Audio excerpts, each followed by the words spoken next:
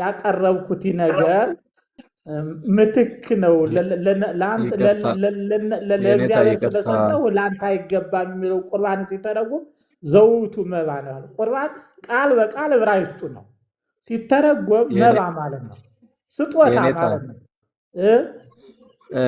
እንትኑ ጥያቄው ይሄ ስለ ቁርባን አያወራም ያለው እታች ኮመንት ላይ ለተጻፈ የሰጠ መልስ ነው እንጂ እርስዎ ላስተማሩት ትምህርት አይደለም። አዎ ይቅርታ፣ ስለቋረጥኩት ይቅርታ። እታች ለተጻፈ ኮመንት የተሰጠ መልስ ነው። እሺ፣ ሌሎች ጥያቄ ካላችሁ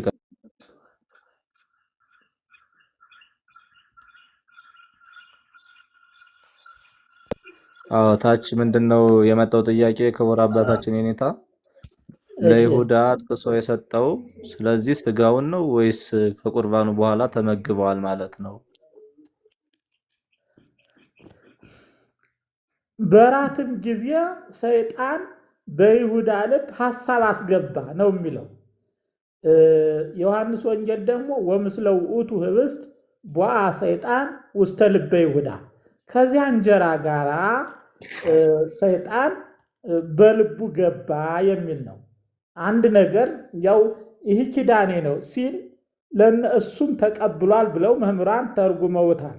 ነገር ግን ምንድን ነው በዚያ ውስጥ እምነት አለ። ቅድም ጠቅሼዋለሁ። በዮሐንስ ወንጌል ምዕራፍ 6 ላይ ተደጋግሞ የተነገረው እምነት አለ፣ ኪዳን አለ፣ ህብረት አለ።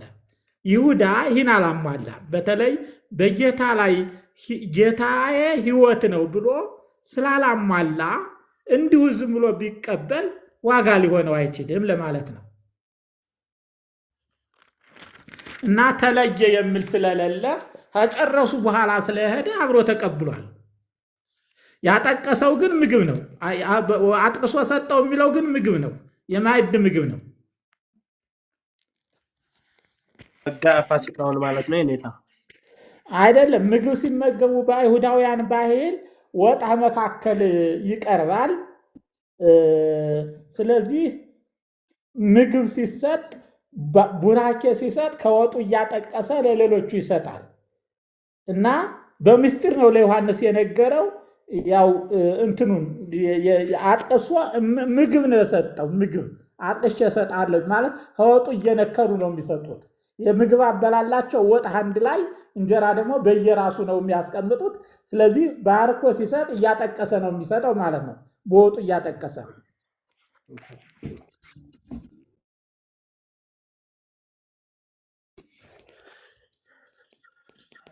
እሺ፣ ሌሎቻችሁም ጥያቄ ያለን የምትሉ በጽሁፍ ከሆነ መጽሐፍ፣ በቀጥታ ከላይ ያለው ደግሞ የውይይት ከላይ ያላችሁት መምህራን የውይይት ጥያቄ ብታቀርቡ ጥሩ ነው። አሁን ምክንያቱም በሰፊው የሚያነጋግር ጉዳይ በሰፊው በየጊዜው በመገለጥም በመረዳትም በማብራራትም በተለያዩ አመስጥሮም በእንደዚህ አይነት ጉዳይ የሆነ ጠንከር ያለ ነገር ቢኖረን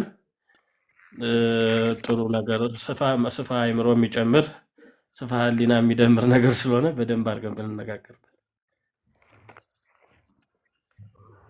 እስቲ እኔ እንዲሁ ሌሎችም የሚጠይቁን ጥያቄ አንድ አይነት ደግሞ የነታ እንዲያስረዱኝም ጭምር ስለፈለኩ ነውና በዚህ መታሰቢያዬ በሚለው ላይ ግልጽ ሆኗል። የሚያሻማ ነገር አይደለም እሱ። ግን ከአሃት አብያተ ክርስቲያናት ጋር አብሮ በመቁረብ ያለው ነገር እንዴት ነው? በቁርባን አብረን የምንሳተፍባቸው ህብረት ነውና አብረን የምንሳተፍባቸው እና ከነሱ ጋር መሳተፍ የለብንም የምንላቸው ካሉ እርግጥ በስርዓት አቀራረቡ ላይ እሱ እዚህ ምናልባት ምዕመናንም ስለሚኖሩን ብዙም ወደዛ ላንገባ እንችላለን። ከብዙ አሃት አብያተ ክርስቲያናት ጋር በቁርባን አቀራረቡ ላይ መስዋዕት አሰራሩ ላይ የምንለያይባቸው መንገዶች አሉ። እሱ ችግር አይኖረውም። ግን በሱታፌው ላይ እኛ ከነማን ጋር ነው ከኤርትራ ጋር ብዙም ምንም አይነት ልዩነት ስለሌለ የሀገረ መንግስት ልዩነት እንጂ የሃይማኖት ልዩነት ስለሌለን እንትን አይኖረንም። ከሌሎቹ ጋር ግን እንዴት ነው ያለነው? ምናልባት በቴዎሎጂ ደረጃም የሚያስተምሩ አባታችን ስለሆኑ ይህንን ነገር ግልጽ ቢያደርጉልን ፈልጌ ነው። ያው እንግዲህ ቀለል ባለ በእነሱ ያው አንድ ጊዜ ምን ሆነ መሰላችሁ፣ የእመቤታችን በዓል ነው። እዚያ ዛሬ ኮፕቲክ ቤተክርስቲያን ኮፕቲክ ነው የሚሉት ኮፕቲክ ቤተክርስቲያን ይቀደሳልና እንሂድ አለሽኝ አንዲት እናት እና አብረን የና ወደ መጨረሻው በኩል ነው የደረስነው። ከዚያ ሳይቆረብ ስለሚወጣ ስቀርብ እኔን ውስጥ ግባ ላይ መቅደስ። ከዚያ በኋላ በእነሱ ቁርባን ሲቆረብ ራሱ የሚጸልየው ሰውዬ አለ። ከዚያ ምን አይነት ጸሎት ነው የምጸልይ ስንል ሲለይ በቋንቋ እንግባባና እና ሴቲቷን በጀርባ በኩል አግብቶ አስተርጓሚዋን ከመቅደሱ ጥልቅ አደረጋት። እንደዚህ ሆነ እንትን አለው። እኔ ደነገጡ፣ እሷም ደነገጠች። አላ ምንድን ነው የምጸልየው በያቸው አለና አለተና እኔ ቅዱስ ቅዱስ ቅዱስ የሚለውን ስል እሷ መተርጎም አቃታት።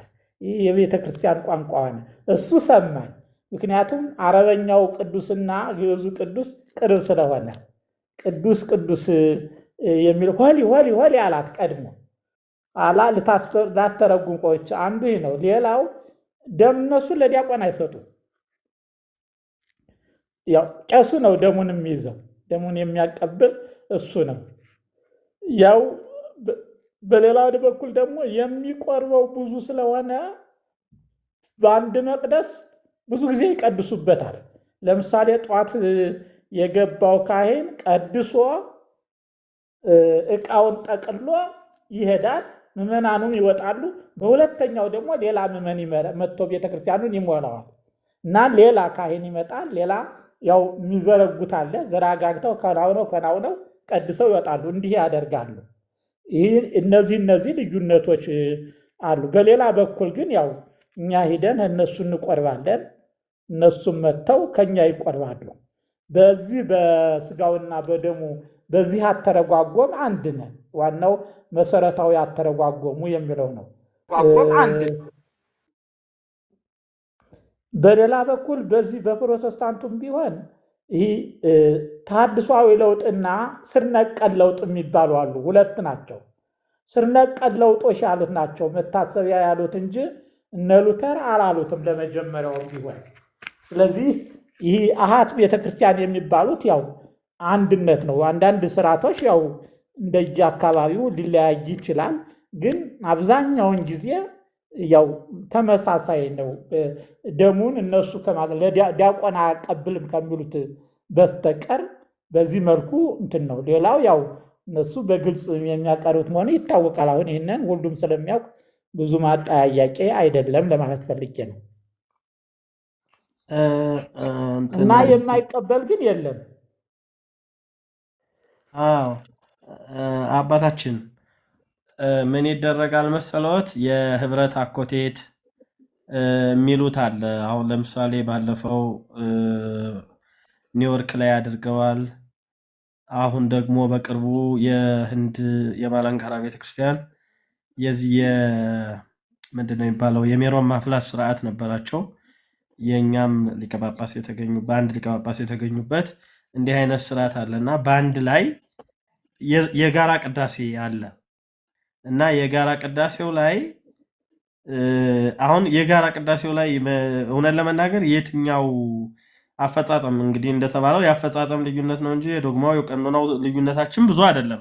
ምናልባት የአፈጻጸም ማለት የስርዓት ሊሆን ይችላል እና ይሄኛው አፈጻጸም እኔ ግልጽ አይሆንልኝም ብዙ ጊዜ በአንድ ላይ ሲቀድሱ ማለት ነው።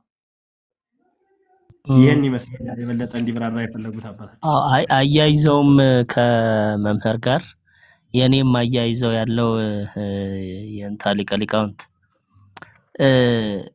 በተለይ አሁን ወዴት ሊወስደን ነው? ይሄ በጋራ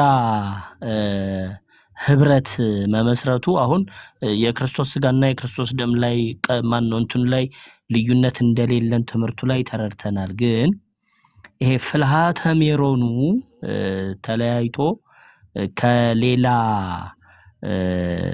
አብያተ ክርስቲያናት በሌሎች ሜሮን እንዳንጠቀም አይነት ያመላክታል መሰለኝ ፍትሐ ነገሥቱ እና ሉዓላዊት ሀገር የራሷ ፓትርያርክ ያላት አንድ ቤተክርስቲያን ፍልሃተ ሜሮንም በዛው በኩል ነው የምታዘጋጀውና በሜሮን ላይ ልዩነት ፈጥሮ በቅዱስ ቁርባን ላይ አንድ ላይ መቀበሉ ይሄስ ያስኬዳል ወይ?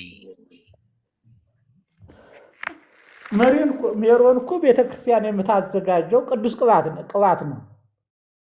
ስለዚህ አንዲት ቤተክርስቲያን ብታዘጋጀው የምንም ልዩነት አለው ሊባል አይችልም። በህብረትም አዘጋጁት በአንድ ላይ ማዘጋጁት ብዙም ችግር የለውም። ሜሮን ቅባት ነው፣ የከበረ ቅዱስ ቅባት ነው። ስለዚህ ለብቻ ተዘጋጀ፣ በጋራ ተካፍለውም በጋራ አዘጋጅተው በየቤተክርስቲያናቸው ቢከፋፈሉት ጥሩ ነው። ግን ቤተክርስቲያኒቱ ብታዘጋጀው ደግሞ ለራሷ ምንም ልዩነት ሊያመጣ አይችልም። በዚህ ምንም ልዩነት ሊኖረው አይችልም። ምክንያቱም ቅዱስ ቅባት ነው። ያንን ቅዱስ ቅባት ልክ ቅዱስ እንዲሆን በስርዓቱ በደንቡ ማዘጋጀት ብቻ ነው የሚጠበቀው።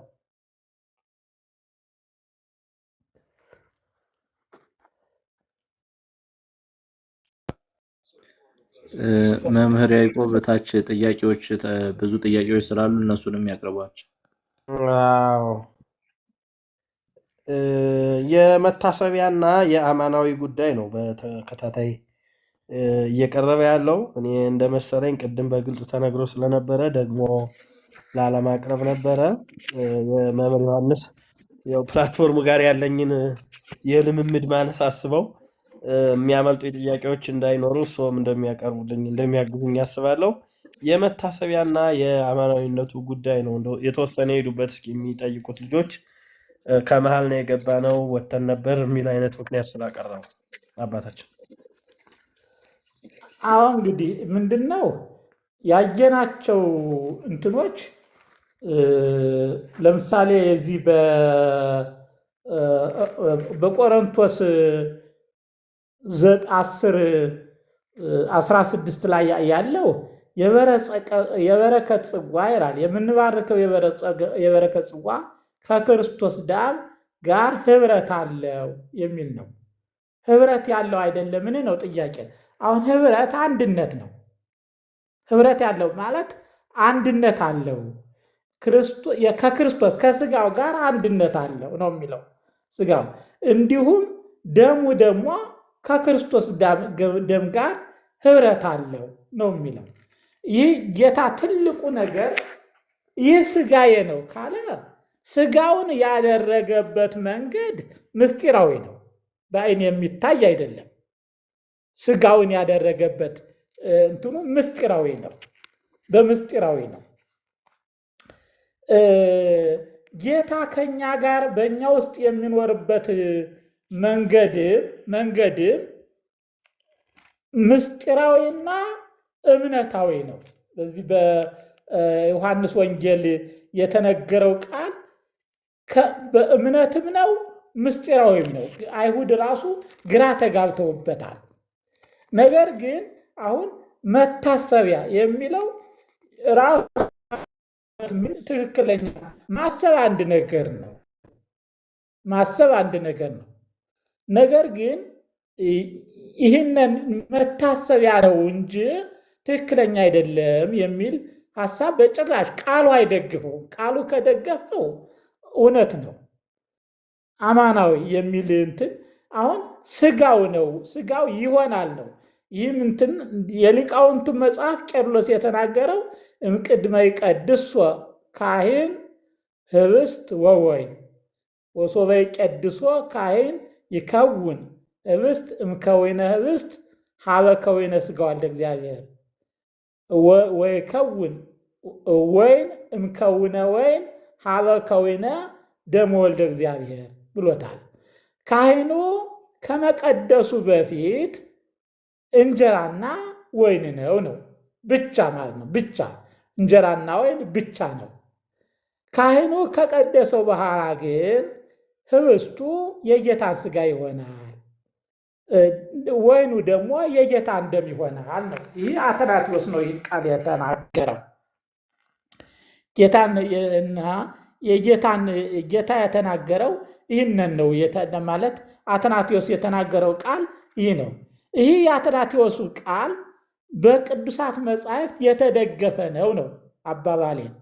ምክንያቱም ስለ እናንተ የሚሆነው ሥጋዬ ይህ ነው፣ ሥጋዬ ብሎ የኔ ነው ብሎ ያመለከተው። ከሌላ በኩል በማቴዎስ ሲታይ ግን የኔ የሚል አይደለም ያለው፣ እኔ የሚል ነው ያለው። እኔና የኔ ሁለቱ በእጅጉ የሚለያዩበት ሁኔታ አለ። እኔ ማለት ራሴ ነኝ ማለት ነው። ለምሳሌ ሕያው እንጀራ ከሰማይ የወረደ ሕያው እንጀራ እኔ ነኝ ማለት ራሴ ነኝ። ቃሉ ውስጡ የሕያዊ አለው የሚለው ጋር አንድ ነው። ይህ ጌታ ራሱ ለእኛ እንጀራ ሆኗል ነው። ይህ ሥጋዬ ነው ካለ ደግሞ ህብስት ነው። ያ ህብስት ይህ የኔ ሥጋ ነው የሚል ያለ ይህ የኔ ሥጋ ነው። ስለዚህ ያ ህብስት የጌታ ሥጋ በምስጢራዊ ደግሞ በአምላካዊ ሥራ የጌታ ሥጋ ሆኗል ነው። ቃሎቹ እነዚህ ናቸው። እዚህ ውስጥ መታሰቢያ አልገባም፣ ለመታሰቢያ አልገባም። አማናዊ ምሳሌያዊ የሚባልም ሊገባበት አይችልም። ይህ ሥጋዬ ነው ማለት ያ ሥጋውን ይሆናል የሚባል ነው። ምሳሌያዊ ካል በብሉይ ኪዳን ነው ምሳሌ ብለን ማቆም ያለብን በብሉይ ኪዳን ያለው። ምክንያቱም ከእኛም የሚሉ እንደዚህ አጨቃጫቂ ቃል ምንድነው? በቅዳሴ ላይ ምሳሌ ዝካገ ዝንቱ የሚል የደብረ አባይ የቅዳሴ እርማት ያነበብኩ መሰለኝ። ቅዳሴ መምህራን ካላችሁ በአማን ደምከ ክቡር የሚለውን በምሳሌ ደምከ ክቡር የሚል በአምሳለ ደምከ አባቶ መልሳን ያሳተሙት የእሳቸው አይደለም። የእንተ ሐዋላሸት የሚባሉት የቆየ ነው። ኦኬ የእንተ ሐዋላሸት የሚባሉት ጨህ ነው የተማሩት። ጨህ የመጽሐፍ መምህር ህንታ ወልደ ሩፋኤል ነው የተማሩት። የእንተ ሐዋላሸት የሚባሉት የቅዳሴ መምህር የእንተ ሐዋላሸት ምሳሌ ነው ብለው ነው የሚያምኑት።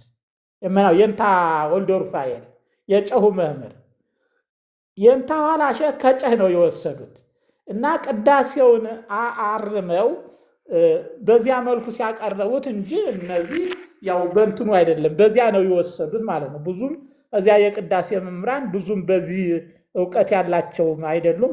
የእንተ ሐዋላሸት አውቀው ነው እሳቸው የተማሩ ናቸው። እዚያ በኋላ ያሉት ግን ዜማውን እንጂ እንትን ስለማውቀት በዚያ መልኩ ይሄዳል። ግን ምሳሌ የሚል ቋንቋው የለም። ቋንቋው እስከሌለ ድረስ ምሳሌ ነው፣ መታሰቢያ ነው። ቋንቋው ካለ አንፈራም። በትክክለኛ ቋንቋው ካለ እና ምንድነው እንጀራውን አንስቶ እንጀራ መሆኑን እየነገረን ነው። እንጀራውን አንስቶ ነው ያን እንጀራውን አንስቶ ይህ ሥጋ ነው ካለ እኛም እኮ እንጀራውን አንስተን ይህ ሥጋ ነው የምንለው። ቃሉን ሳንለውጥ እንዳለ ነው የምናቀርበው።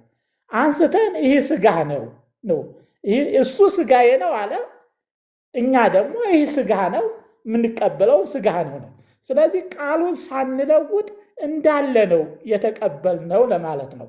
ከዚህ ላይ ይህ የሥጋዬ ምሳሌ ነው ማለት ነበረበት። ይህ ለማለት እንዲያ ነው ማለት ያለበት። ምሳሌ ሥጋዬ ዝንቱ ይህ የሥጋዬ ምሳሌ ነው ቢል እኛ ደግሞ አንስተ ምንድን ነው የምንለው? ይህ የሥጋ ምሳሌ ነው ማለት ነው የምንችለው። ግን አላለም፣ ከቃሉ ውስጥ የለም። ስለሌለ ሥጋዬ ነው። እምነት ምንድነው?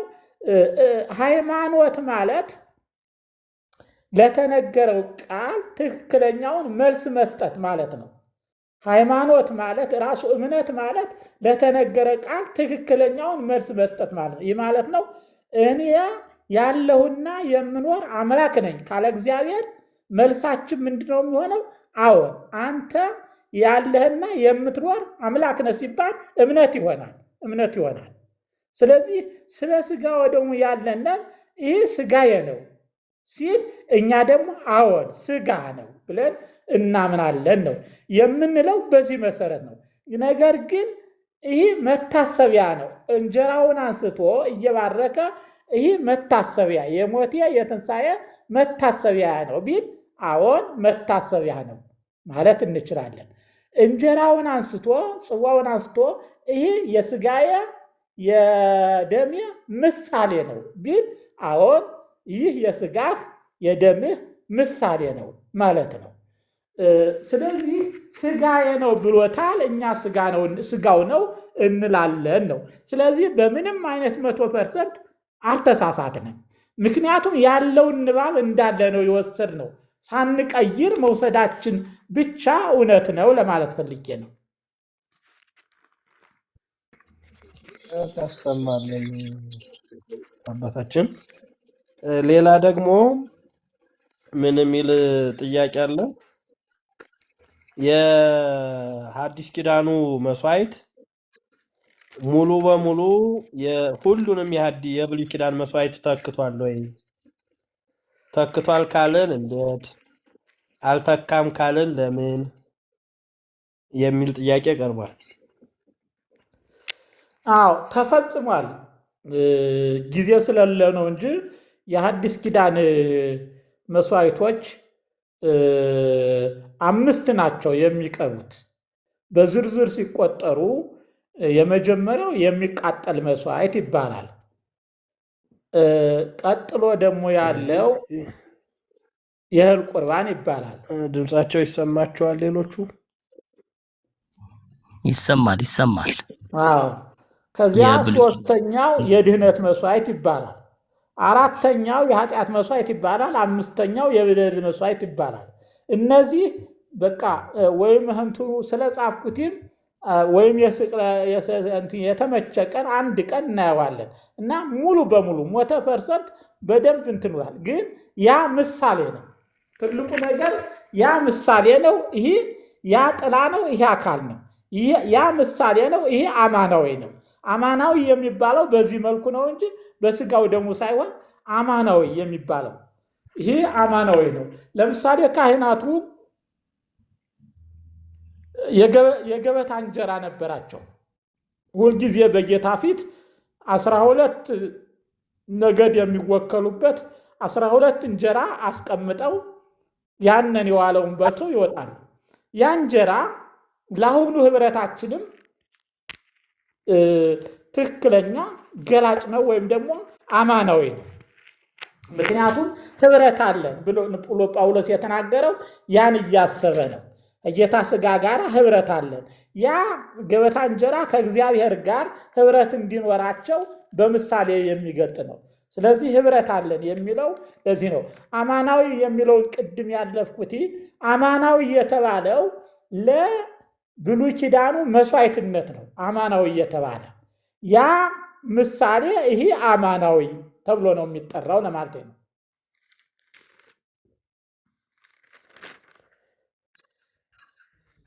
ቃለ ሕይወት ያሰማል ጌታ። እኔ እስኪ ቃለ ሕይወት ያሰማልን እስካሁን ለነበረው ነገር ለነበሩት ጥያቄና መልስ ትምህርቱም ማብራሪያውም በጣም ደስ የሚል ነው የነበረውና ቃለ ሕይወት ያሰማል። ያው እኔ አሁን ትንሽ ከሌሎችም አካላት የሚመጡትን ጥያቄዎች ጭምር ነው ትላንትና እንዳልሁት እንትን የምለው ባጭር እንዳይደክመዎት ጊዜ እንኳን አለ። ያው 4 ሰዓት ከሩብ ነው የሚለው ግን እንዳይደክሙብን ደግሞ በጣም ሰጋለሁኝና ችግር የለውም እንጨርሰው መልሰን የምንመለስ። እሺ አንደኛው በረከት የሚለው የመጀመሪያው ጥያቄ የራሴ ጥያቄ ነው። የበረከት ጽዋ ስንል ምን ማለታችን ነው? የበረከት ጽዋ ስንል በረከት ምንድን ነው? የበረከት ጽዋ ስንል ምንን ያመለክታል? ምንድን ነው በረከት እዛ ላይ እንዴት እንትን ሊል ቻለ የሚለው አንዱ እሱ የኔ ጥያቄ ነው።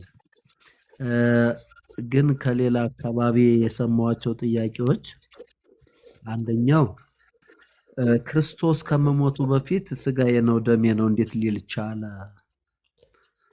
ከመሞቱ ስጋው ከመቆረሱ ደሙ ከመፍሰሱ በፊት ይሄ ስጋዬ ነው ይሄ ደሜ ነው አለ እና ለምን ገና ሳይሞት ስጋውም ሳይቆረስ ደሙም ሳይፈስ እንዴት እንደዚህ ሊል ቻለ የሚል ነው አንዱ ጥያቄ ባጭር ሳቀርበው ማለት ነው።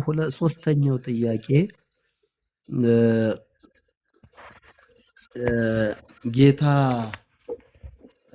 መድኃኒታችን ኢየሱስ ክርስቶስ ስጋውን ቀምሶ ነው ወይ እንካችሁ ያላቸው? መጀመሪያ እሱ ቀምሶ ነው ወይ? እና የራሱን ቀምሶ ከሆነ የራሱን ስጋ የራሱን ደም እንዴት ቀምሶ ሊያቀምስ ይችላል የሚል እነዚህ የሌሎቹ ጥያቄ ነው። የእኔ ደግሞ የመጨረሻው እንደ አራተኛ ነው። እዛ መታሰቢያ የሚለው ላይ ነው።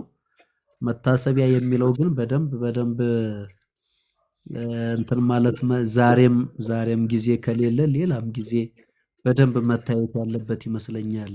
ሁሉ አሁን እነ ሉተርም እነ ሌሎችም የራሳቸውን መላምት ግምት አስቀምጠዋል። ያው ውስጣቸው የሚነግራቸውን አመላልሰው አንበው መታሰቢያ የሚለው ቃል ግን እዛ ላይ ለምን አስፈለገ? ምክንያቱም ይሄ ስጋዬ ነው ይሄ ደሜ ነው፣ ይሄን ብሉ ጠጡ፣ ይሄን ካልበላችሁ ካልጠጣችሁ በራሳችሁ ሕይወት የላችሁም የሚለው ቃል በቂ አልነበረም ወይ? መታሰቢያ ማለት መታሰቢያ ራሱ ቃሉ ለምንድን ነው እንትን ተቀምጧል ተጽፏልና መታሰቢያ የሚለው ነገር በደንብ እኔ እንዲብራራልኝ እፈልጋለሁና ከዚህም በላይ ማብራራት ከተቻለና ማስረዳት ከተቻለ መታሰቢያ የሚለው ወርድ ለምን እንደገባ ትንሽ እኔ ለራሴ ነው እንዲብራራልኝ ፈልጌ ነው። ወደ መታሰቢያ ዝም ብሎ መታሰቢያ ፍጹም ስጋውና ፍጹም ደም አይደለም ወደ ማለት ዝንባሌ የለኝም። ነገር ግን ሌላም ነገር ካለው ሌላም ማብራራት ከተቻለ ከዚህም በላይ እንደው ቢብራራ ለማለት ነው። አመሰግናለሁ የኔታ። የመጀመሪያው የበረከት ጽዋ ነው። በረከት የሚለውን ቃል ነው። በረከት ማለት የዘላለም ሕይወትን ማግኘት በረከት ነው። ራሱ የአባቴ ብሩካን ተብሎ የሚጠራበት ስያሜ ነው። ይህ ማለት በረከት ማለት የአባቴ ብሩካን ተብለን የምንጠራበት አንዱ ማለት እሱ ከኛ ጋር እኛ ከእሱ ጋር የምንኖርበት የአባቴ ብሩካን ተብለን የምንጠራበት ወይም በበረከት ስም የምንጠራበት ጽዋ። በረከት ስም በረከት ከእግዚአብሔር ጋር ህብረት ማድረግ ነው፣ አንድነት መኖር ነው። ስለዚህ በረከት በዚህ ቢያዝ በረከት ከእግዚአብሔር ጋር ህብረት፣ አንድነት መኖር መባረክ ነው። ከእግዚአብሔር ጋር አንድነት ካለ ተባርከሃል ማለት ነው። ስለዚህ በረከት የሚለው ቃል ይሄ ነው። እስኪ ምናልባት እንደው ሊሄዱ እንትን ሊሉ ስለሆነ በኋላ ከመመልሰዎት በረከታውን መብዛትን መጨመርን አሁን ለምሳሌ መናን አበርክቶ አበላ ስንል መብዛትን መበርከትን መጨመርን የሆነ አንድ ነገር በርከት ብሎ የሚታይ ስንል አሁን በዛ ብሎ የሚታይ ነገር ወደሚል እንትን አይሄድም ወይ? አይ ቡራኬ ለምሳሌ ቡራኬ ሲባል ሰላም ለኩልክሙ ቡራኬ ነው። እግዚአብሔር ያሉ ምስለክሙ ቡራኬ ነው የሚባለው። በቃላት ቡራኬ ነው የሚባለው። እግዚአብሔር ይባርከ ወአብርሃ አግኝታ አልባኒከ፣ እግዚአብሔር ይባርክህ አይን ልቡናህንም ያብራልህ የሚለውም ቡራኬ ነው። እዚህ ላይ ግን ጳውሎስ ሊል የፈለገው ቡሩክ ተብለን የምንጠራበት ጽዋ ነው፣ ወይም የምንባረክበት ማለት ይህ ቡራኬ አብዛኛውን ቡሩክ ተብሎ ይህ ማለት ምንድን ነው? ከመርገም ጋር ንጽጽርነት አለው። ከመርገም ጋር ነው። መርገምና በረከት ለሌሎቻችሁ ተቃራኒ ቃላት ነው። ድምጻቸውን ጠፋብኝ። አይሰማም? ለእርሶዎች ይሰማል። እና ይህን ቃል መውሰድ ያለብን ማነጻጸር ያለብን ከመርገም ቃል ነው። መርገም ማለት ከኔ ወግን ነው። በረከት ማለት ወደ እኔና ነው። ቃል በቃል እዚያ የተነገረው። ስለዚህ የበረከት ጽዋ ማለት እኔ ከእናንተ ጋር ነኝ ተብለን ቡራኬ በረከት የተቀበልንበት ነው። እግዚአብሔር ከእኛ ጋር የሆነበት እኛ ደግሞ እግዚአብሔር ጋር የሆነበት የበረከት ጽዋ ነው ባጭሩ። ሁለተኛው ምን ነበር? ይህ ጌታ ጠጥቷል ወይ የሚል ነው። በልቷል ወይ የሚል ነው አይደለም። ሁለተኛው በሕይወት ገና ከመሰቀሉ ስጋው ከመቆረሱ ደሙ ከመፍሰሱ በፊት ስጋዬ ነው ደሜ ነው ብሎ ሰጠ። ለምን ሳይሞት ለምን እንዴት ስጋው ደሙ ሊሆን ይችላል? ከተቆረሰ በኋላ ነው የሚለው። ዋናው ዓላማው ኪዳን መግባት ነው። ይህ ማለት እነርሱ የእርሱ ተከታዮች፣ የእርሱ ሰባኪያን፣ የእሱን ሕይወት ስም ተሸክመው የሚሄዱ ስሙ በውስጣቸው ያለ ወይም ራሱ ክርስቶስ በውስጣቸው ያለ መሆን ነው። ይህ ኪዳን መግባት አለበት። ምክንያቱም በብሉይ ኪዳን እንስሳው ታርዶ ሲመገቡት ከኪዳን በኋላ የሚመገቡት እነሱ ናቸው። ጌታም ከነሱ ከደቀ መዛሙርቱና ከኛ ጋር ኪዳን ገብቷል። ለኪዳኑ ደግሞ መስዋዕት ያስፈልገዋል። ለመስዋዕቱ ደግሞ ካህኑ እሱ ነው። ይሄ ነው እንግዲህ ራሱ ማቅረብ ያቀረበ ያልፈለገበት። ለዚያ መስዋዕት ካህኑ እሱ ነው የሚያቀርበው እሱ ነው። አሁን በዓርቡ ዕለት የሚደረገውን እርሱ ካህኑ ሆኖ አምላካዊነት ባለበት ሁኔታ ራሱ ባርኮ ሰጣቸው። ምክንያቱም ኪዳን አስፈላጊ ነበረ። ያለ ኪዳን ምንም ነገር ሊደረግ ስለማይችል ማለት ነው። ለኪዳኑ ነው እንደዚህ ያደረገው። ይህ እኮ ስለ እናንተ የሚሆነው እያለ ቀኑን እያመለከተ ነው። ይህ ስጋዬ ነው። ስለዚህ የዕለተ ዓርቡን ስጋውን ይህ ነው ብሎ ሰጣቸው ማለት ለሱ ይቻለዋል ማለት ነው። ከአምላካዊ ክህሎት ጋር ማያያዝ አለብን። ሶስተኛው የራሱን ስጋ በልቷል ወይ የሚል ጥያቄ መሰለ አይደል? ከዚያ ላይ የመለሰው ክርስቶስ አለ። አንድ ንባብ በዚህ በሉቃስ ላይ በአባቴ መንግስት ተጠይቄም ነበር። ባለፈው ጥያቄ ቀርቦ ነበር። እስክጠጣው ድረስ ከዚህ የወይን ጭማቂ አልጠጣም አላቸው ነው የሚለው። አሁን የአባቱ መንግስት ምንድን ነው ጥያቄው። የአባቱ መንግስት ህይወትና ትንሣኤ ነው። ስለ መንግስት ብዙ ጊዜ ስናገር መንግስቱ ህይወት ነው፣ መንግስቱ ትንሣኤ ነው፣ መንግስቱ ብርሃን ነው፣ መንግስቱ ጽድቅና ፍቅር ሰላም ነው ብለናል። የአባቴ መንግስት ማለት ትንሣኤው ነው፣ ሞትን ድል ማድረግ ነው፣ ማሸነፍ ነው። የጌታ ንጉስነት ሞትን ማሸነፍ ነው። ስለዚህ ከተነሳ በኋላ በልቷል፣ ጠጥቷል። ግን በዚህ ጊዜ ግን እንዳልበላ እንዳልጠጣ ያረጋግጥልናል።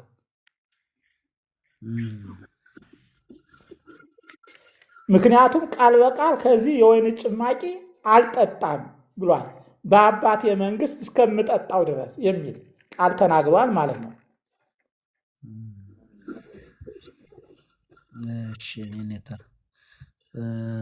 ሶስተኛው ማነው? አራተኛው ደግሞ መታሰቢያ የሚለው እንደው ሌላ ከዚህ በላይ ማብራሪያ ይኖረው ይሆን ወይ?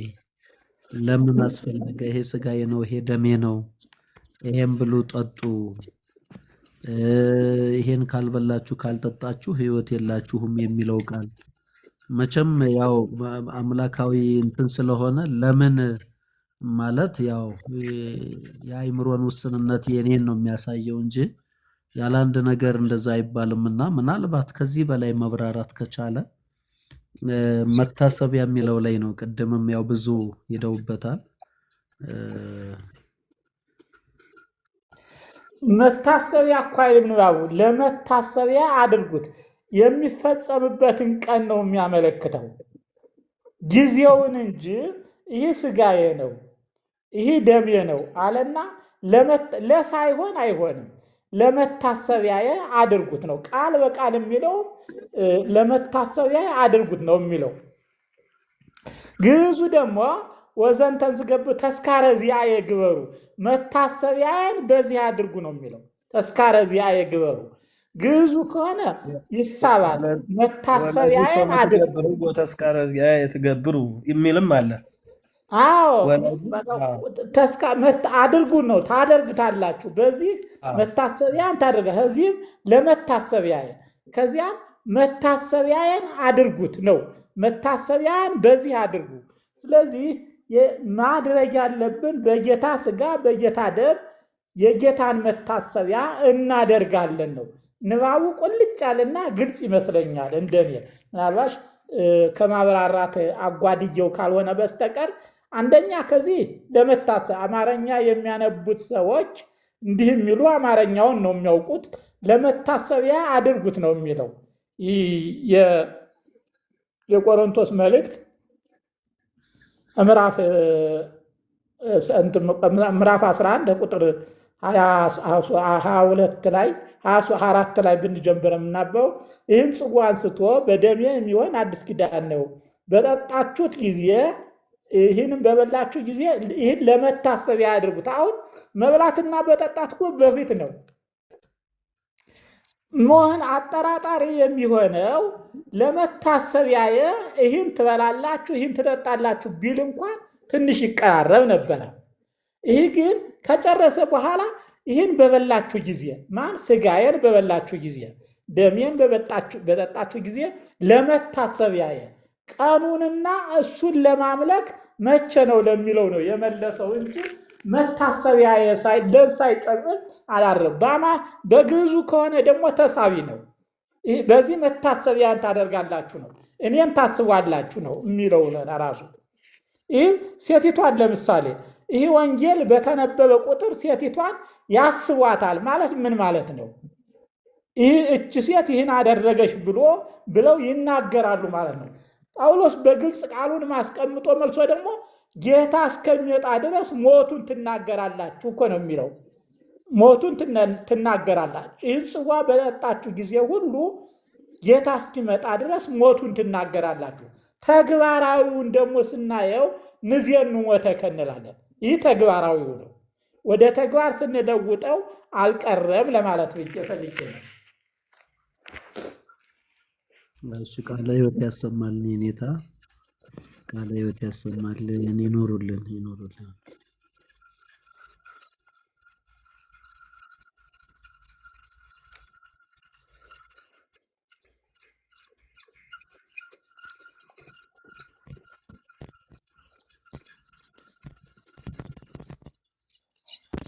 የሆነ የሚሰማ ድምፅ አለ። 30 ምናምን ሺህ አድርሰነዋል።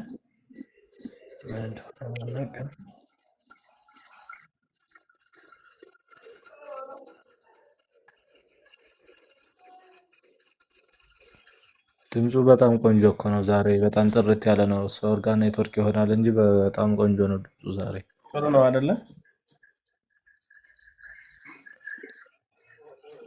የቀረ ጥያቄ እንዳይኖር አንዳንዶቹ ከዚህ ከፈትቶ ከምናምን ጋር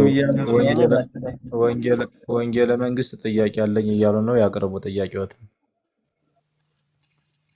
እሺ፣ አመሰግናለሁ አባቶች ሊቀ ሊቃውንት ኔታ መላኩ እንዲሁም መላከ ገነት ሁላችሁም እንደምን አላችሁ? የኔ ጥያቄ መላከ ገነት ብዙ አንስተዋል። አንድ ጥያቄ ብቻ ጠይቃለሁ። የክርስቶስን ስጋውን በልተን ደሙን ጠጥተን ከሶስቱም ጋር ህብረት ወይም ተዋህዶ እናደርጋለን ይባላል እና እንዴት ነው ከሶስቱም ጋር ውህደታችን የሚል ጥያቄ ነው ያለኝ። ብዙ ጊዜ ስለሚነሳ ነው። አዎ ጥሩ ጥያቄ ነው። እንግዲህ በቃሉ መሰረት ከሶስቱ ጋር ህብረት አንድነት ማለት ምን ማለት ነው የሚለውን ስናነሳ በዚህ በዮሐንስ ወንጌል ላይ የተነገረ ቃል አለ።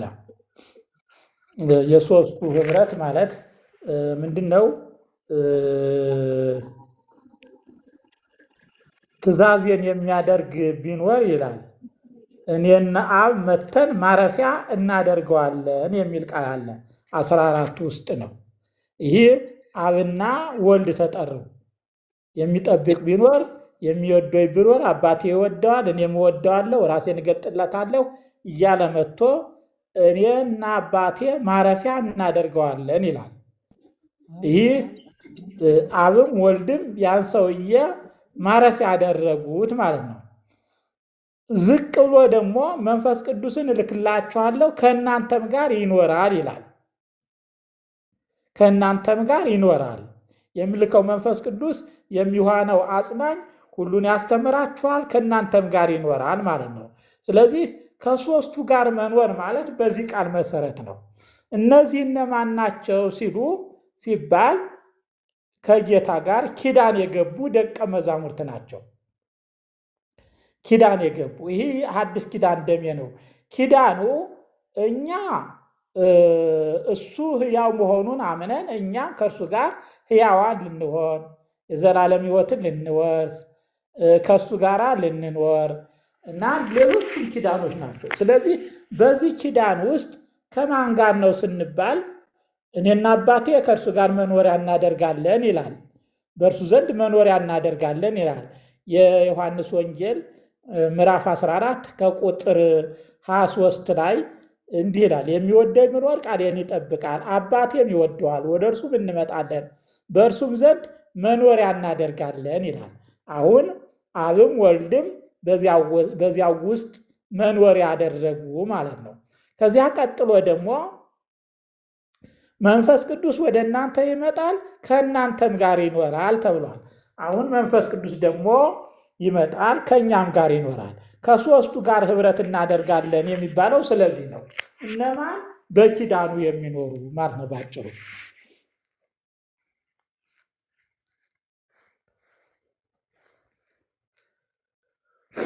እሺ አባታችን ቃለ ሕይወት ያሰማልን። ትክክል ነው። ግን አሁን ብዙ ጊዜ በኢትዮጵያ ቤተክርስቲያን ብዙ አስቀዳሽ አለ፣ ብዙ ግን ቆራቢ የለምና እንዲሁም ሰው ህፃናትና አረጋውያን ናቸው ብዙ ጊዜ የሚቆርቡት። እንዲሁም በገጠሩ ዓለም ላይ አንዳንድ ሰዎች ስጋ ወደሙ ተቀብለው ሲያርፉ እንዲህ ለቁርባን በቅቷል ታድላ እየተባለ ይባላል። እና መካከል ላይ ያለው ሰውስ ለምሳሌ መቼም ይሄ ጸጋ ስለሆነ በኃጢአት ምክንያት በመተዳደፍ ምክንያት ጸጋ ደግሞ ሊነሳ ይችላል። እና እንዴት ነው አሁን ይሄ ከቁርባን ርቆ የሚኖረው ሰው በበለጠ ወጣትነት ሲደርስ ሲጎረምስ ምን ሲል በጣም አብዛኛው አማኛችን ከቁርባን ተለይቶ ነው የሚኖረው። እና እንዴት ነው ይሄ አካሄድ ግን ከህይወት መለየት ይቻላል ወይ? የህይወት እንጀራ ክርስቶስ ነው እያልን ነው። እና መቼም በስጋ ሕይወቱ ሰው ምግብ ካልበላ ህይወት እንደማይኖረው የክርስቶስን ስጋና ደም ያልበላ ያልጠጣ ደግሞ ህይወት የለውም። እና ይህንን እንደው ግልጽ ቢያደርጉልኝ ብዬ ነው። እግዚአብሔር ይስጥልኝ፣ አመሰግናለሁ። እንትንች ቅዳሴ ስንገባም የምንናገራት ያለ መቦ የምትለው እስኪ ዘሯን በሉልኝ አንዳችሁ አንድ ሰው እኔ ልተርጉማት፣ ዘሯን ደግሞ እናንተ።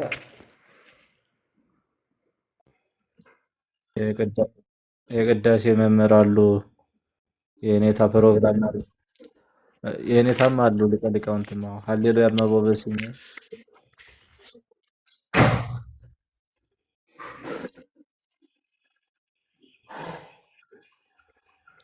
የኔታ ይሰማውታል። ሰው እንዲነቃ በዚያው እንደ መዝሙር ልቁጠርና በዚህ ማለበለው ደስ ይላል፣ ደስ ይላል። እንደዛ ነው።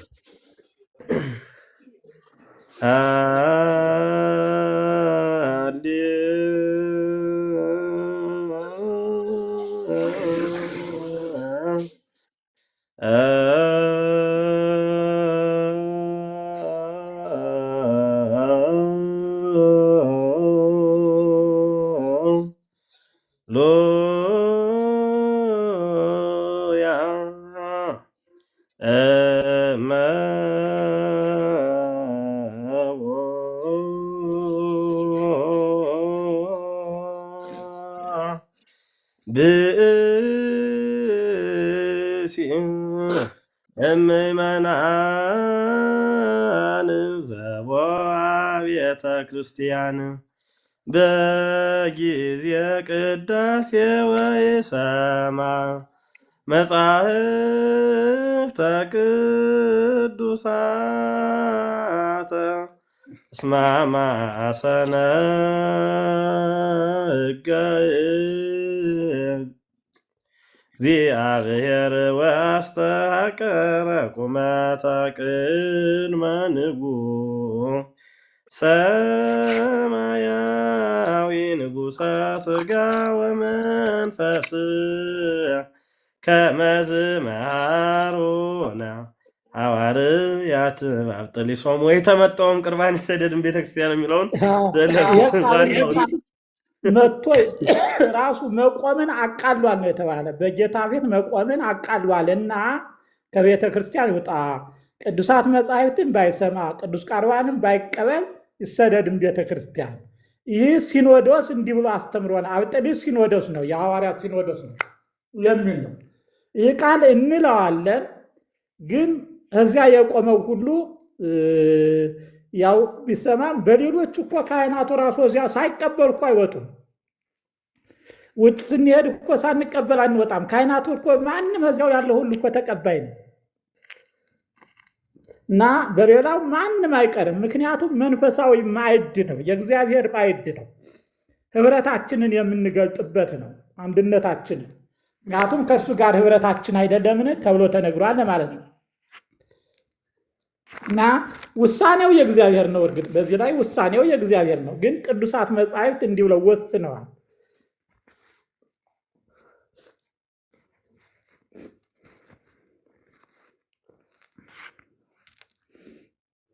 እሺ እኔታ ቃለ ሕይወት ያሰማልኝ።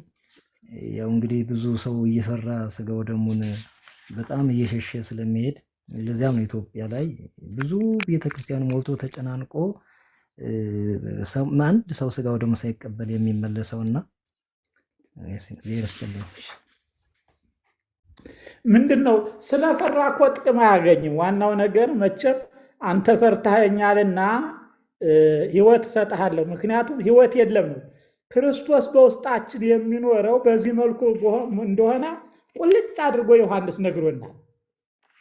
ስጋዬን ያልበላ ደሜን ያልጠጣ የዘላለም ህይወት የለውም። ምንም ያለ አማራጭ ነው የነገረን። ስለዚህ ያለዚህ ክርስቶስ በውስጣችን አይኖርም ነው የምንለው። ህያው ሁኖ በውስጣችን የሚኖረው። ስለዚህ ስለፈራ አማራጭ አለው ወይ ነው ጥያቄ። የኔ ደግሞ መልሼ እናንተን ባይሆንም ምዕመናን የምጠይቅ ስለፈራ ዋጋ አለው ወይ? ፈርተሃልና። ምክንያቱም ፈርቼ መክሊት ተቀበልኩ ያለ ዋጋ አላገኘም። ፈርቼ ቅዱስ ቁርባን ሳልቀበል ቅዱስ ቁርባን ከዚህ ጋር እንዲያያዝ ይቅርታ የኔታ ከዚህ ጋር እንዲያያዝ እኔ ግን ሰው ፈርቶ ብቻ የሰው ፍርሃት ብቻ ሳይሆን እኛም በዚህ ጉዳይ በጣም ግልጥና አቅራቢ የሆነ ሊያስወስን የሚችል ሊያጸጽት የሚችል በደንብ አድርጎ ሊስብ የሚችልና ሳቢ የሆነ ህይወትነቱን ያለምንም አማራጭ ሊያቀርብ የሚችል የትምህርት ስጋትም የለንም ባይ ነኝ። እውነት ነው፣ እሱ እውነት ነው፣ እውነት ነው፣ እቀበላለሁ። እውነት ነው።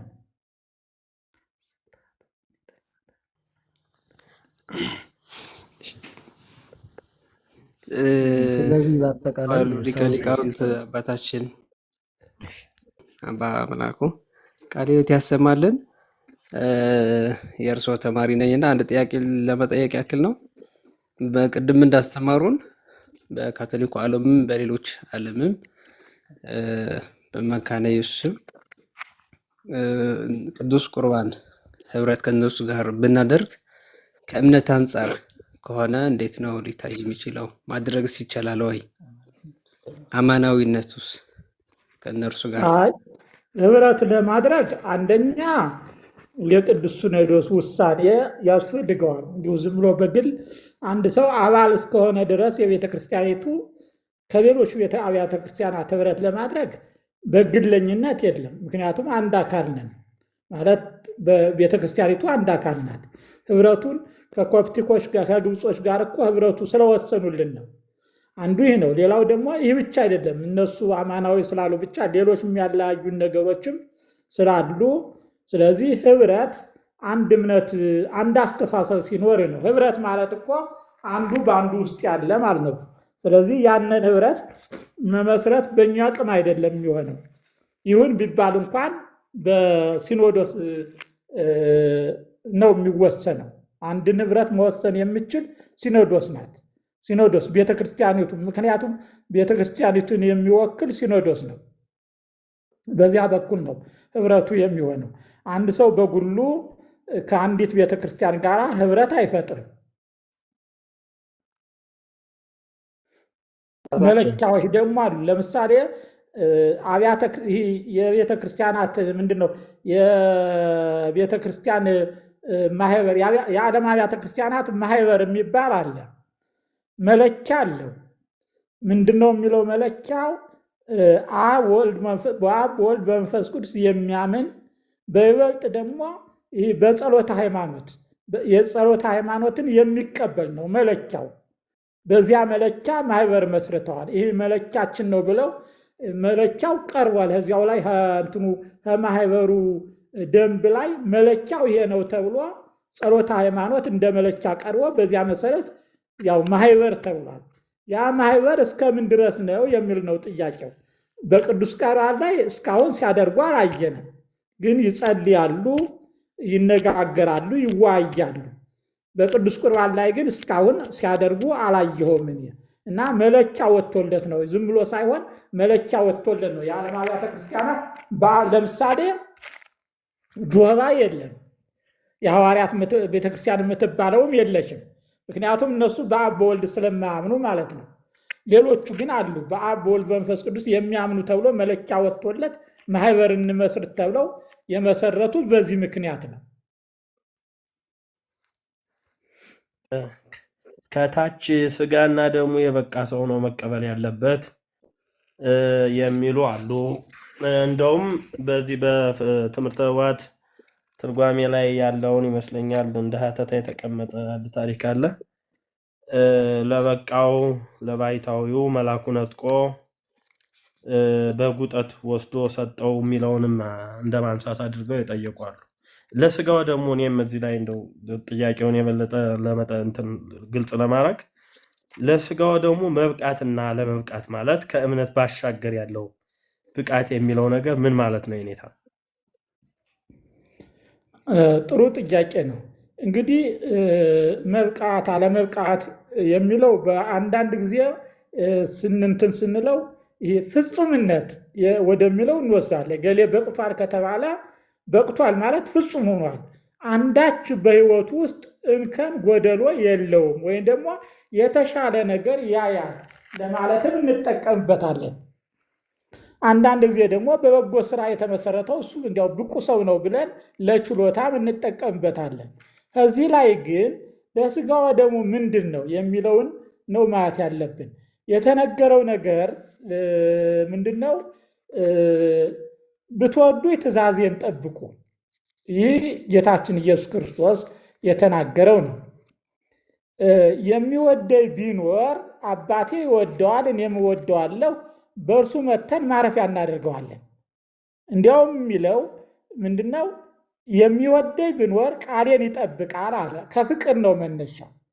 እግዚአብሔርን መውደድ ነው የመጀመሪያው። አንድ ክርስቲያን እግዚአብሔርን መውደድ። የሚወደኝ ቢኖር 14:23 ነው ይህ ቃል። የሚወደኝ ቢኖር ቃሌን ይጠብቃል። ምንድነው? እመቦዛ ያፈቅረኒ የአቀው ቃሌ። የሚወደኝ ቢኖር ቃሌን ይጠብቃል፣ አባቴም ይወደዋል፣ ወደ እርሱም እንመጣለን፣ በእርሱም ዘንድ መኖሪያ እናደርጋለን የሚል ነው። የማይወደኝ ቃሌን አይጠብቅም ይህ ተብሏል። እና ፈጣሪ እግዚአብሔር አምላክን በፍጹም ልብህ፣ በፍጹም ኃይልህ፣ በፍጹም ችሎታ ውደደው። ወይም በግዕዙ አፍቅር ለእግዚአብሔር አምላክከ በኩሉ ህሊናከ ወበኩሉ ኃይልከ ወበኩሉ ነፍስከ። ይህ ነው እንግዲህ መለኪያው፣ ይሄ ነው መውደድ ነው። መውደድ እግዚአብሔርን በፍጹም መውደድ። ከወደድነው የማንጠብቀው ነገር የለም። እስመ ይኮነ ክብደ ትእዛዙ ከባድ አይደለሽም ነው። ከወደድነው እግዚአብሔርን ስንወድ ሁሉን ማድረግ እንችላለን። ባጭሩ መመዘኛ ነው። ከዚያ ያሉት ግን በተግባራዊ ሲታይ ደግሞ ቢያንስ 10ሩን ትእዛዛት የመጠበቅ 10ሩን ትእዛዛት በሕግ ደረጃ ጌታችን ኢየሱስ ክርስቶስ ሕጎቹን እንደገና ስለጠበቃቸው ከዚያ ደግሞ ወደ ፍጹምነት ሲያድግ ደግሞ የተነገረ ቃል አለ። ኩኑ ፍጹማነ እስመ አቡክሙ ፍጹም ውእቱ ከመ ትኩኑ ውሉዶ ለአቡክሙ፣ የአባታችሁ ልጆች ትሆኑ ዘንድ ፍጹማን ሁኑ ብሎ ለፍጹማኑ የተነገረ ቃል አለ በማቴዎስ እና እጥር ባለመልኩ ግን በፍጹም ልብ እሱን መውደድ፣ በፍጹም ልብ መውደድ። ዲያቆኑ ሁል ጊዜ የሚለው ቃል አለ ብዙ ጊዜ የማናስተውለው። ይህ ጳውሎስ ሊወጣ ሲል ምንድነው የሚለው? ዘያፈቅሮ ነው ኩሉ ዘያፈቅሮ ለእግዚእነ ወአምላክነ ወመድኃኒነ ኢየሱስ ክርስቶስ ወዘየአምን ልደቶ ማርያም ቅድስት ድንግል ውጉዘ ለይኩን በከመ ይቤ ጳውሎስ። የማይወደው ሁሉ ባጭሩ ከቅድስት ድንግል መወለዱን የማያምን በእምነት ማመን ተብሏል።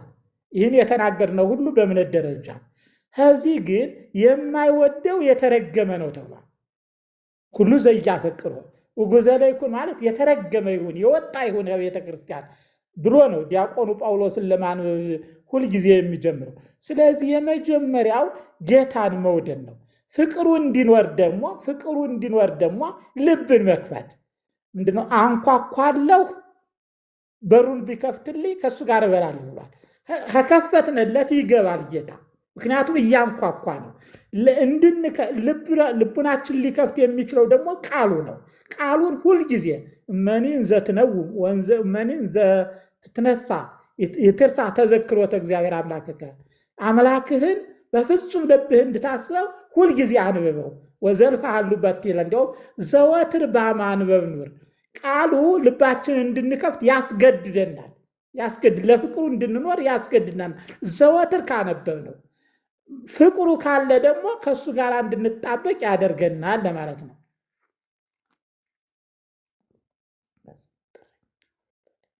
ስለዚህ ብቃቱ ተዘክሮተ አምላክ ነው ማለት ነው። ፍቅረ አምላክ በፍጹም ልቡ እግዚአብሔርን መውደድ። ዘኮነ ንጹሐ የሚለውም ከዛ ጋር ነው የሚያይዘው። አዎ ንጹሕ ማለት ፍቅሩ ካለ እኮ ምንም ነገር ሊያደርግ ይችላል። ጌታውን የሚያስቀይም ወይም የማያስደስት ነገር ሊሰራ አይችልም። እስመ በአሐዱ ይፈጸም፣ በአንዱ ሕግ ሁሉ ይፈጸማል። ዘውቱ አፍቅር ቢጸከ ብሏል ጳውሎስ። ወንድምህን ውደድ የሚለው ቃል በወንድማችን ላይ ክፉ እንዳናደርግ ያስገድደናል።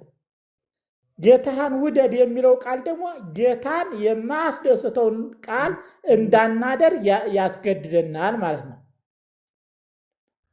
የኔታ አንዲት ነገር ልጨምር፣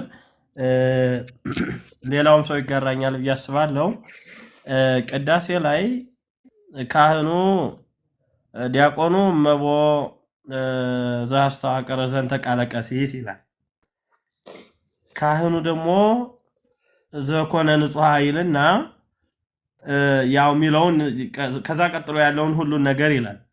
በዚህ ቦታ ላይ አንዳንዶቹ ምን ይላሉ? ይሄ ከስጋ ወደሙ የሚያርቅ የቀረቡትን የሚመልስ ለስጋ ወደሙ ብዙ ሰው ስጋ ወደሙ ላለመቀበል ምክንያት ነው ብለው አንዳንዶቹ በዘኮነ ንጹሐ ላይ መቀረብክሙ በድፍረትክሙ የሚለው ላይ ማለት ነው ዘበላ ስጋዬ ወሰት የደሜ ቡሄ ወዘላለም ብለው ንባብ የሚቀይሩ ሰዎች አሉ። ይሄ ነገር እንዴት ነው የሚታየው? አሁን አንደኛ ነገር ቅድም እንዳሉት እርሶ በጣም ለሕግና ለስርዓት ለቀኖና ለሲኖዶሳዊ ህብረት ሲናገሩ የነበሩት ነገር በጣም ደስ ስለሚል አንዱ ቤተክርስቲያኒቱን ከምንጎዳበት መንገድ አንዱ ሲኖዶስን በግለሰቦች ማየት የቤተክርስቲያንን ህብረት በአንድም በሌላም መንገድ ሳናውቀው አጥር መነቅነቅ እየሆነ ስለሆነ አሁን ይህንን ንባብ መቀየር አግባብነቱ ከምን ላይ ነው? እውነትስ ሰው የማይቀበለው ይሄ ንግግር ስላለ ነው ወይ የሚለውን ለመጠየቅ ነው። እግዚአብሔር ይስጥልኝ። ይህ ቃል የሚስማማው ስለዚህ ሳይገባው ይህን እንጀራ የበላ ወይም የጌታን ጽዋ የጠጣ ሁሉ የጌታ ሥጋና ደም ዕዳ አለበት። ሰው ግን ራሱን ይፈትን፣ እንዲሁም ከእንጀራው ይብላ ከጽዋውም ይጠጣ፣ ሳይገባው የሚበላና የሚጠጣ የጌታን ሥጋ ስለማይለይ ለራሱ ፍርድ ይገባዋልና ለራሱ ፍርድ ይበላልና ይጠጣልና ነው። ካህኑ እመቦ ብሎ የዝሙት ሐሳብ ያለበት ዋና ዋና ሐሳቦች ነው የተናገረ እንጂ ተራ ነገሮች አይደሉም የተናገራቸው ቃል እና በድፍረት ማለት በግዴለሽነት የጌታ ሥጋ የጌታ ደም መሆኑን ሳይረዳ ወይም ሳይገባው የእግዚአብሔር ፍቅር ሳይኖረው የሚለው መለወጡ አገባብ ነው ብዬ አላምነው። ተጨማሪ ግን መናገር ይችላል ሁለቱንም። ይህ እንደዚህ ይላል ደግሞ የጌታ ሥጋና ደግሞ የዘላለም ሕይወት አለው ማለት መጨመር ይችላል። ያንን ካወጀ በኋላ መጨመር ይችላል። ግን ምንድነው የዝሙት ሐሳብ ያለበት የሚል ንባቦች እኮ ወሳኝ ንባቦች ናቸው እዚያ የሚናገረው። እንዲያውም የገጠሩ በጣም ያስደነግጣል። በገጠር የሚሉ አንዳንድ እሳቱ ምንድነው ደሙ ባህር ደሙ ማየባይሩ ነው። ይህ ግን የለም አልተጻፈምም፣ የለም የበለጠ ማስፈሪያ። ይህን ማለት ተገቢ አይደለም። ግን እንደዚህ ያለባችሁ ሰዎች አትቅደው ማለት እንዲጠነቀቁ። ዲያቆኑ እኮ የማይወደው ቢኖር የተረገመ ይሁን ካለ ምን ያህል ክርስቶስ ገብቶታል? ለሰው እኮ ጥያቄ ነው። ምን ያህል ገብቶታል? ምን ያህል ወዶታል? ምን ያህል ካሳው ሞቱ ለእኛ የከፈለው ዋጋ ምን ያህል ምንድነው? አንድ ትንሽ ነገር ተነርጎለት ታንኪው የሚል ሰው በፈረንጅ ወደ ገበያ ቦታ ስትገባ በሩን ካስክለት የሚከፈት ትልቅ በር አለ። እስከሚገባ መጠበቀው ይዘህ ታንኪው ነው ብሎ የሚያል ለትንሽ ነገር አመሰግናለሁ የሚል ሕዝብ ጌታ ላረገለት ነገር ያለ ምስጋና የሚኖር ሰው የተረገመ ነው ተብሏል እኮ የማይወደው ተብሏል። ስለዚህ ተጨማሪ አድርጎ መናገር ነው ጥሩ ባይነኝ። ያንን አሁን በድፍረት የተቀበለውን አደል የሚለው ወደ ገጠሩ ያሉት ቅድም ደግሞ ማየባይር የሚል አለ። ደግሞ መልካ ቁርባን ላይ በላይ ውእቱ ዘይበላ እማጽያነ ወእሳት ነዳዲ ዘያዊ ሀጥአነ ህብስተ ቁርባን ዝንቱ እስመ ሥጋ አማኑኤል ኮነ ለጻድቃን ባህቱ ይከውኖሙ መድነ ወለር ማነው ብሎ ኩነኔ ወደይነ የሚል አለ። ከመይራዩ ኩነኔ ወደይነ አሁን ለጻድቃን ባህቱ የሚለው ራሱ አስቸጋሪ ነው። እምነት የመጣው ለኃጢአተኞች ነው። ኃጢአተኞችን ልጠራ ላለሁ ሲል ድርሰት ብዙ አይነት ነው። እንደ ሰውየው ድርሰት ነው ስሜት ነው የሚደረሰው። መሰረት የምናደርገው ቅዱሳት መጻሕፍት ነው። ደራሲያን ድርሰቶች በቅዱሳት መጻሕፍት ታይተው ተመርምረው ጥሩ ከሆኑ ይወሰዳሉ፣ አለዚያ ደግሞ እንዳለ ይቀመጣሉ። ስለዚህ በድርሰት ላይ ተመስርተን ይህ እንዲህ ነው ለማለት አንችልም። በዋነኛው ነገር ግን ቅዳሴ ማርያም ተቀራራቢ ያለው ይህ ማለት ዋጋውን ያሳጠዋል ነው እንጂ ቀጥታ እሱ ህይወት ነው። ባህሪው ህይወት ነው። ባህሪው ህይወት ከሆነ ከህይወትነት ልናወጣው አንችልም። ግን ዋጋ ለምሳሌ ይፈረድበታል። ከዚህ ላይም እኮ ጳውሎስ ምንድነው ለራሱ ፍርድ ይበላልና ይጠጣልና። አሁን ስጋው ደግሞ ሳይሆን ፍርድ የሚሆንበት ድፍረቱ ነው። ፍርድ የሚሆንበት የሚበላው ኃጢአቱ የሰራው ኃጢአት እንጂ ስጋው ደሙ አይደለም። ስጋው ደሙ በባህሪው ህይወት ነው። አብ በራሱ ህይወት እንደሆነ ለወልድም በራሱ ህይወት ይሆን ዘንድ ሰጠው ነው የሚል። በባህሪው ቅዱስ ስጋ ህይወት ነው። በቃ በባህሪው ህይወት ነው። የውሃ ባህሪ ቀዝቃዛነት እንደሆነ ሁሉ የእሳት ባህሪ ግለት እንደሆነ ሁሉ የክርስቶስ ባህሪውም ህይወት ነው እንበል። ፍቅር ነው፣ ህይወት ነው። ስለዚህ በዚያ ነው። ነገር ግን በተቃራኒ ሲመጣ ደግሞ ፍርድ ያመጣል ማለት ያንን ሲያስወጣው ማለት ነው። ያንን ሲያስወጣው ይህ ማለት ውሃ በባህሪው ቀዝቃዛ ነው፣ ካፈሉት ይሞቃል። ስለዚህ ይህም በድፍረት ከቀረቡበት ድፍረቱ ያስቀጣዋል ነው በሐሳቡ። አዎ ይሄ ቅዳሴ ማርያም ላይ ያለው የሚያነሱት አኮ ከመ መሥዋዕተ ተመሳሳይ ነው። ለቀደም ተልበው መደበ መግህ አድጊዮ ላይ አላ እሳት ውእቱ እሳት ማህያዊ ለርቷነ ልብ ለለ የገብረው ፈቃዶ እሳት በላይ ለአማጽያን ለለ ይክዱ ስሞ ይላል። አሁን ስሙን ለሚክዱ ማለት ወደ አመፅ ወይም ደግሞ እንደሚያቃጥል አይጠቅማቸው ማለት። ለምሳሌ ይሁዳን እንውሰድ። ወምስለ ውእቱ ህብስት ቦአ ሰይጣን ውስተ ልበ ይሁዳ ነው የሚለው። ከዚያ እንጀራ ጋር ሰይጣን ገባበት። ምክንያቱም እምነት አልጨመረበትም። ምክንያቱም በእኔ የሚያምን የዘላለም ህይወት አለው አይደለም። ይህን ብሎ ነው ክርስቶስ እኔ ስጋዬ እውነተኛ ህይወት ነው፣ ደሜም እውነተኛ መጠጥ ነው ብሎ መነሻው እምነት ነው። አምኖ ይህ እውነተኛ ስጋ ነው ለማለት እምነት ነው። ይሁዳ የተቀበለውን ይሄ ስጋዬ ነው ሲል ክርስቶስ አላመነም፣ አልተቀበለው። እሱ ዝግጅቱ እንዲያውም ልቡ ከጌታ ጋር አልነበረም። ልቡ ከሚሰጠው ገንዘብ ጋር ስለነበረ ሰይጣን ሀሳብ ለማስገባት አልከለከለውም። ያ የኪዳን ስጋ የኪዳን ደም ይሁዳን በይሁዳ ሀሳብ ለማስገባት ሰይጣንን አልከለከለውም። ለምን ያ ነው አላለም፣ መልስ አልሰጠም። ትልቁ ነገር በእምነት ውስጥ መልስ መስጠት ነው። መልስ ማለት ጌታ ስጋዬ ነው ካለ አዎን ማለት ነው። ጌታ እኔ ለእናንተ ሙቻለሁ ካለ አዎን ማለት ነው። መልስ ካልሰጠነ እምነት የለን ማለት ነው። እምነት ማለት የምንሰጠው መልስ ማለት ነው። እኛ አዎን ብለን የምንሰጠው ልባዊ መልስ ነው መሆን ያለበት ነው። ስለዚህ ይሁዳ መልስ አልሰጠም። ይህ ስጋዬ ነው እያለ ዝም ብሎ ተቀበለ፣ ወጥቶ ሄደ። ስለዚህ ይሄ አዎን የኪዳን ደምህ ነው፣ አዎን ከኛ ጋራ የምትሆንበት ነገ የሚሰቀለው ስጋ ነው ብሎ አልተቀበለውም ማለት ነው። ቃለ ሕይወት ያሰማልን። ኔታ ቃለ ሕይወት ያሰማልን። ሌሎችም ጥያቄዎች ካሉ በእርግጥ ሰዓቱ